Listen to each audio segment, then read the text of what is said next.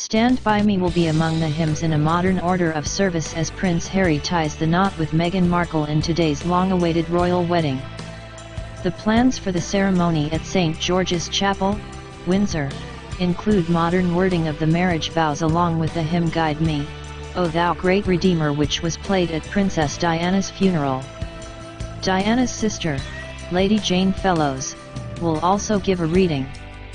Meghan will not promise to obey Prince Harry, in a contemporary version of the vows using modern language such as you rather than thee.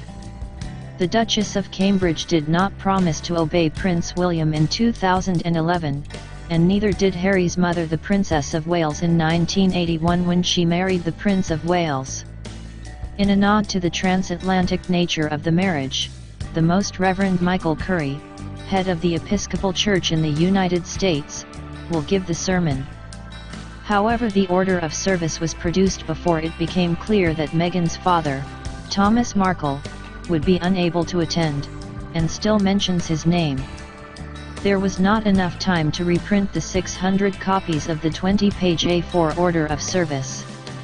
Although the ceremony in the Gothic surrounds of Windsor Castle's chapel is deeply religious, the service will use the words from the more up-to-date marriage service from Common Worship, 2000, which features modern language, such as you rather than thee or thou.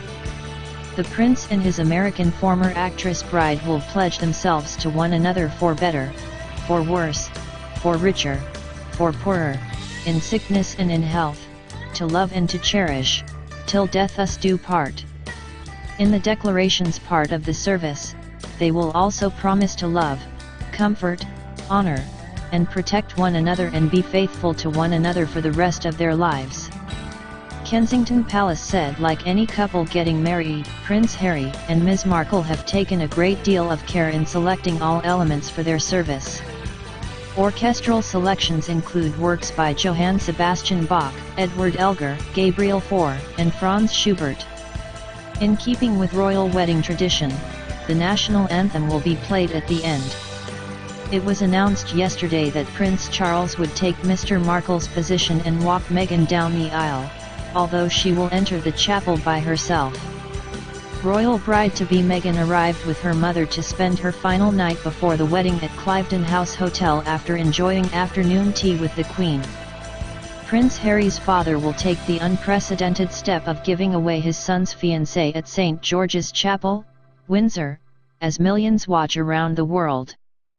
But as Mail Online revealed, Charles will meet her halfway into the chapel because Meghan had always planned to walk in by herself, without her father and now, the Prince of Wales.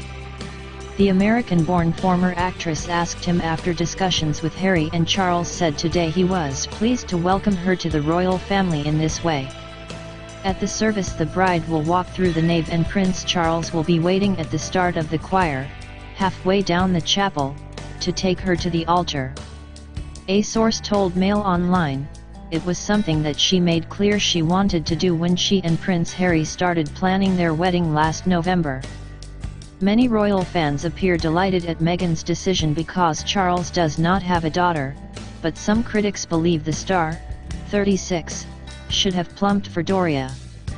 The dramatic twist came as Prince Philip, 96, confirmed he will be well enough to attend the ceremony after successfully recovering from a hip operation last month.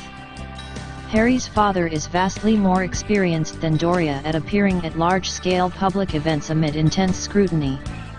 He also performed the duty for Alexandra Knatchbull, the daughter of his close friend, Lord Brabourne, in 2016. Her mother Doria Ragland had been expected to step in for Thomas Markle, whose deal with a paparazzi photographer threatened to overshadow the biggest and happiest day of his daughter's life. Mr. Markle was forced to pull out of performing the fatherly duty after undergoing heart surgery in a dramatic upset just 2 days before the wedding. Meghan will be driven from Windsor Castle to the chapel and enter at the famous West Door, followed by her 6 bridesmaids and 4 page boys at around midday. Prince Harry remained tight-lipped when asked if he was nervous ahead of his wedding to Meghan Markle, but assured well-wishers he felt great. The prince greeted crowds on Castle Hill outside Windsor Castle with the Duke of Cambridge, just a short distance from St. George's Chapel, where he will tie the knot with the American star. Royal wedding well-wishers erupted in applause and cheers when the brothers emerged through the gates of the castle on Friday evening. Harry was asked twice in quick succession if he was nervous, but did not answer. Shortly afterwards, when asked how he was feeling, he said, "Great, thanks. How are you feeling?"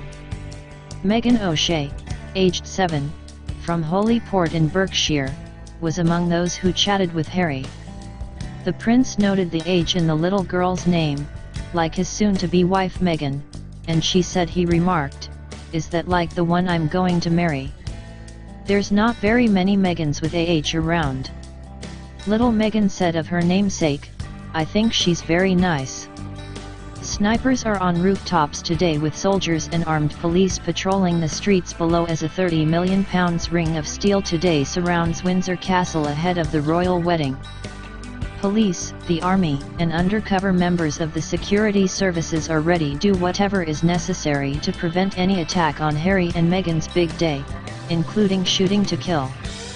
The 2.6-mile route the couple will travel from St. George's Chapel to Windsor Castle is lined with sharpshooters on top of buildings and other vantage points.